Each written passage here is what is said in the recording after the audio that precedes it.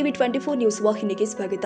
ಸಿರುಗುಪ್ಪ ನಗರದ ಸಿಡಿಪಿಒ ಕಚೇರಿಯ ಸಭಾಂಗಣದಲ್ಲಿ ಜಿಲ್ಲಾ ಮತ್ತು ತಾಲೂಕು ಪಂಚಾಯಿತಿ ಕೃಷಿ ಇಲಾಖೆಗಳ ಸಹಯೋಗದಲ್ಲಿ ಗುಣ ನಿಯಂತ್ರಣ ಕಾರ್ಯಕ್ರಮದ ಅಡಿ ಕೃಷಿ ಪರಿಕರ ಮತ್ತು ಮಾರಾಟಗಾರ ಸಭೆ ನಡೆಯಿತು. ಕೃಷಿ ಉಪನಿರ್ದೇಶಕ ಮಂಜುನಾಥ್ ರವರು ಮಾತನಾಡಿ, ರೈತರ ಪ್ರಗತಿಗೆ ಕೃಷಿ ಇಲಾಖೆ ಹಾಗೂ ಕೃಷಿ ಪರಿಕರಗಳ ಮಾರಾಟಗಾರ ಪಾತ್ರ ಮಹತ್ವದ್ದಾಗಿದೆ. ಆದ್ದರಿಂದ ಎಲ್ಲ ಮಾರಾಟಗಾರರು ಕಾನೂನು ಅಡಿಯಲ್ಲಿ ಪರವಾನಗಿ ಹೊಂದಿದ ಕಂಪನಿಗಳ ಬೀಜ, ಗೊಬ್ಬರ, ಕೀಟನಾಶಕಗಳನ್ನು ಮಾರಾಟ ಮಾಡಬೇಕು. ಜಿಲ್ಲೆಯಲ್ಲಿ ಗೊಬ್ಬರದ ಕೊರತೆ ಇರೋದಿಲ್ಲ. ಯಾರಾದರೂ ಕೃತಕ ಅಭಾವ ಸೃಷ್ಟಿಸಿ ಕಾಳಸಂತೆಯಲ್ಲಿ ಮಾರಾಟ ಮಾಡಿದಲ್ಲಿ ಅಂತವರ ವಿರುದ್ಧ ಕ್ರಮದ ಜೊತೆಗೆ ಪರವಾನಗಿಯನ್ನು ರದ್ದುಗೊಳಿಸಲಾಗಿದೆ ಎಂದಿದ್ದಾರೆ. ಸಹಾಯಕ ಕೃಷಿ ನಿರ್ದೇಶಕ ಎಸ್ಪಿ ಪಾಟೀಲ್ ಅವರು ಮಾತನಾಡಿ, ರೈತರು ಖರೀದಿಸಿದ ಬೀಜ, ಗೊಬ್ಬರ ಹಾಗೂ ಕೀಟನಾಶಕಗಳಿಗೆ ಪ್ರತ್ಯೇಕವಾಗಿ ರಶೀದಿಯನ್ನು ಕಡ್ಡಾಯವಾಗಿ ಕೊಡಬೇಕು. ಹೆಚ್ಚಿದ ದರದಲ್ಲಿ ಮಾರಾಟ ಮಾಡುತ್ತಿರುವ ಬಗ್ಗೆ ರೈತರಿಂದ ದೂರುಗಳು ಬಂದಿದ್ದು, ಎಲ್ಲ ಮಾಲೀಕರು ತಮ್ಮ ಅಂಗಡಿಯಲ್ಲಿ ದೊರೆಯುವ ಬೀಜ, ಗೊಬ್ಬರದ ಬಗ್ಗೆ ಎಲ್ಲರಿಗೂ ಕಾಣಿಸುವಂತೆ ದರಪಟ್ಟಿಯನ್ನು ಹಾಕಬೇಕು. ಕಾಲಕಾಲಕ್ಕೆ ತಮ್ಮ ಪರವಾನಗಿ ಪತ್ರವನ್ನು ನವೀಕರಿಸಬೇಕು ಎಂದಿದ್ದಾರೆ. ಜಾಗೃತ ಕೋಶದ ಸಹಾಯಕ ನಿರ್ದೇಶಕ ಮುಜ್ಬುಲ್ ರೆಹಮಾನ್ ಅವರು ಮಾತನಾಡಿ, ನಮ್ಮ ರಾಜ್ಯದಲ್ಲಿ ಮಾರಾಟಕ್ಕೆ ಅಧಿಕಾರವಿರುವ ಕಂಪನಿಗಳ ಪರವಾನಗಿ ನೋಡಿಕೊಂಡು ಅಂತಹ ಕಂಪನಿಗಳ ಬೀಜಗಳನ್ನು ಖರೀದಿಸಿ ಮಾರಾಟ ಮಾಡಬೇಕು. ನಮ್ಮ ರಾಜ್ಯಕ್ಕೆ ಬೇಡಿಕೆ ಇರುವ ಗೊಬ್ಬರವನ್ನು ಖರೀದಿಸಿ ಪರವಾನಗಿಯಲ್ಲಿ ನಮೂದಿಸಿದ ಗೋದಾಮು ಮತ್ತು ಅಂಗಡಿಯಲ್ಲಿ ಮಾತ್ರ ದಾಸ್ತಾನು ಮಾಡಬೇಕು. ಅನಧಿಕೃತ ಗೋದಾಮಿನಲ್ಲಿ ಮಾರಾಟ ಮಾಡಿದರೆ ಕ್ರಮ ಜರುಗಿಸಲಾಗುತ್ತೆ ಎಂದಿದ್ದಾರೆ.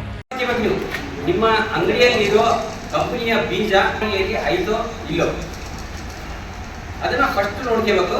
ಆ ಸೀಸನ್ ಸ್ಟಾರ್ಟ್ ಆಗಿ ಮುಂಚೆ ನೀವು ಆ ಕಂಪನಿಯವ್ರು ತಂದು ನಿಮಗೆ ಕೊಟ್ಬಿಡ್ತಾರೆ ಮಟೀರಿಯಲ್ ಮಾರಿ ಅಂತ. ರೈತರು ಬೇಕು, ನಿಮ್ಗೆ ಮಾರಾಟ ಬೇಕು, ಕಂಪನಿಯವ್ರಿಗೂ ಮಾರಾಟ ಬೇಕು. ಆದರೆ ಮಧ್ಯದಲ್ಲಿ ಪರವಾನಗಿ ಇಲ್ಲದಂಥ ಮಟೀರಿಯಲ್ ನಿಮ್ಮ ಹತ್ರ ಇರ್ತವೆ.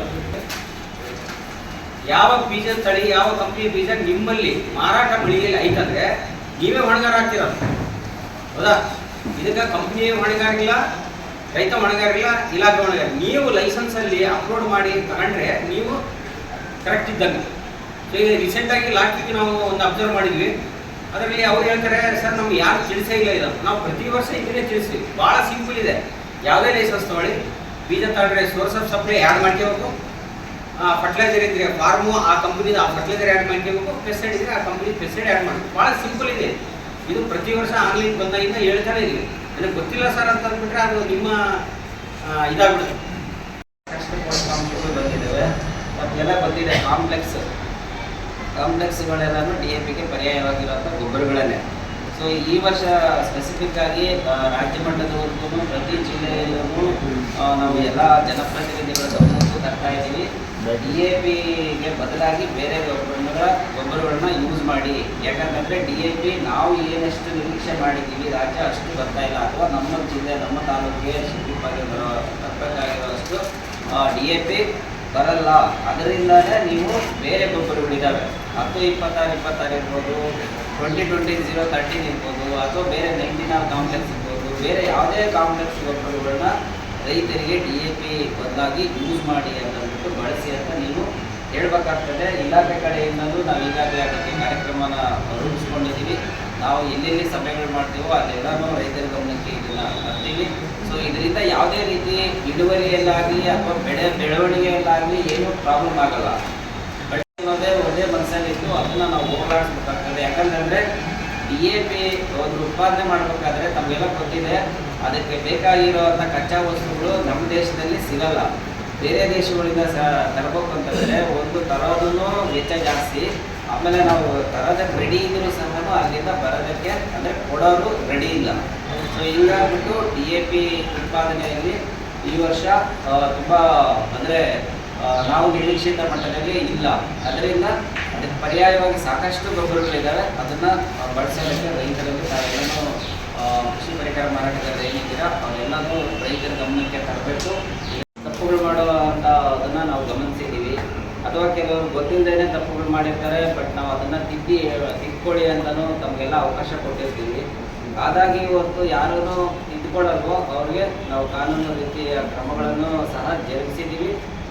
ಮುಂದೆ ಜರುಗಿಸ್ಕೋಬೇಕಾಗ್ತದೆ ಏನಾದರೂ ಆ ಥರ ಅನುಭವಕ್ಕೆ ಬಂದರೆ. ಆ ಒಂದು ಹಿನ್ನೆಲೆಯಲ್ಲಿ ದಯವಿಟ್ಟು ಇಲ್ಲಿ ನಾವು ಜಸ್ಟ್ ನಿಮ್ಮ ಮೇಲೆ ಆ್ಯಕ್ಷನ್ ತಗೋತೀವಿ ಅನ್ನೋ ಉದ್ದೇಶಕ್ಕೆ ನಾನು ಈ ಮಾತುಗಳು ಹೇಳ್ತಾ ಇಲ್ಲ. ನಾವು ರೈತರಿಗೆ ಸೇವೆ ಕೊಡ್ಬೇಕಂತಂದರೆ ಇಲಾಖೆ ಆಗಲಿ ಅಥವಾ ಕೃಷಿ ಮಾರಾಟಗಾರರಾಗಲಿ ನಾವು ಕರೆಕ್ಟಾಗಿ ಗುಣಮಟ್ಟದ ಒಂದು ಪರಿಕರಗಳನ್ನು ರೈತರಿಗೆ ತಲುಪಿಸೋದಕ್ಕೆ ಎಲ್ಲ ರೀತಿ ಕ್ರಮಗಳನ್ನು ನೀವು ತಗೋಬೇಕು, ನಾವು ತಗೋತೀವಿ. ಯಾವುದೇ DAP ಇರಲಿ, ನಿಮ್ಮಲ್ಲಿ ಗೊಬ್ಬರ ಇರಲಿ, ಬೀಜ ಇರಲಿ, ಅದು ರೇಟ್ ಬೋರ್ಡ್ ಬರೀಬೇಕು. ಮೂರನೇದು ಸರ್, ನಮ್ಮ ರೈತರ ಕಂಪ್ಲೇಂಟ್ ಏನಂದ್ರೆ ನಿಮ್ಮಲ್ಲಿ ಬರೋದು ಯಾವ ಅಂಗಡಿಯವರು ರೆಸಿಪಿ ಕೊಡಲ್ಲ ಸರ್. ಎಣ್ಣೆ ಚೀಟಿ ಮೇಲೆ ಬರೆದು ಕೊಡ್ತಾರೋ ಅದ್ರ ಮೇಲೆ ಸೀಲ್ ಇರಲ್ಲ, ಏನಿಲ್ಲ, ಯಾರು ಒಬ್ಬರು ರೆಸಿಪಿ ಕೊಡಲ್ಲ ಅಂತ ಕಂಪ್ಲೇಂಟ್ ಸರ್. ನಾನು ಇಲ್ಲೇ ನಮಗೆ ರೈತ ಸಂಪರ್ಕ ಕೇಂದ್ರ ಕಾಯಿಲೆ ನಮಗೆ ಕಂಪ್ಲೇಂಟ್ ಬರ್ತವೆ. ಲಾಸ್ಟ್ ಟೈಮು ಬಂದಿದ್ದು, ಅದಕ್ಕೆ ಅವಕಾಶ ಕೊಡಬೇಡ್ರಿ.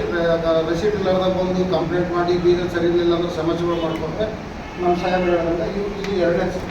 ಮೂರನೇದು, ದಯಮಾಡಿ ಭಾಳಷ್ಟು ಸಲ ಈಗ ನಮ್ಮ ಸಾಹೇಬ್ರು ಹೇಳಿದ್ರೆ, ರೇವಂಜಿಯವ್ರು ಹೇಳಿದ್ರೆ, ನಿಮ್ಮ ಬಗಲಿಗೆ ಕುಂತಿರ್ತೀರಿ, ಬಗಲಿ ಸರ್ ಅವ್ರು ಕುಂತ ಬಗಲಿಗೆ ಎಕ್ಸ್ಪೈರಿ ಮೆಟೀರಿಯಲ್ ಟೇಬಲ್ ಮೇಲೆ ಇರ್ತದೆ ನೋಡಿ.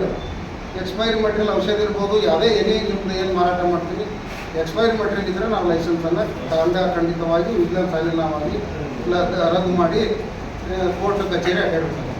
ಇವು ಹೊನ್ನೂರಪ್ಪ ಸಿರುಗುಪ್ಪ, ಟಿವಿ 24 ನ್ಯೂಸ್.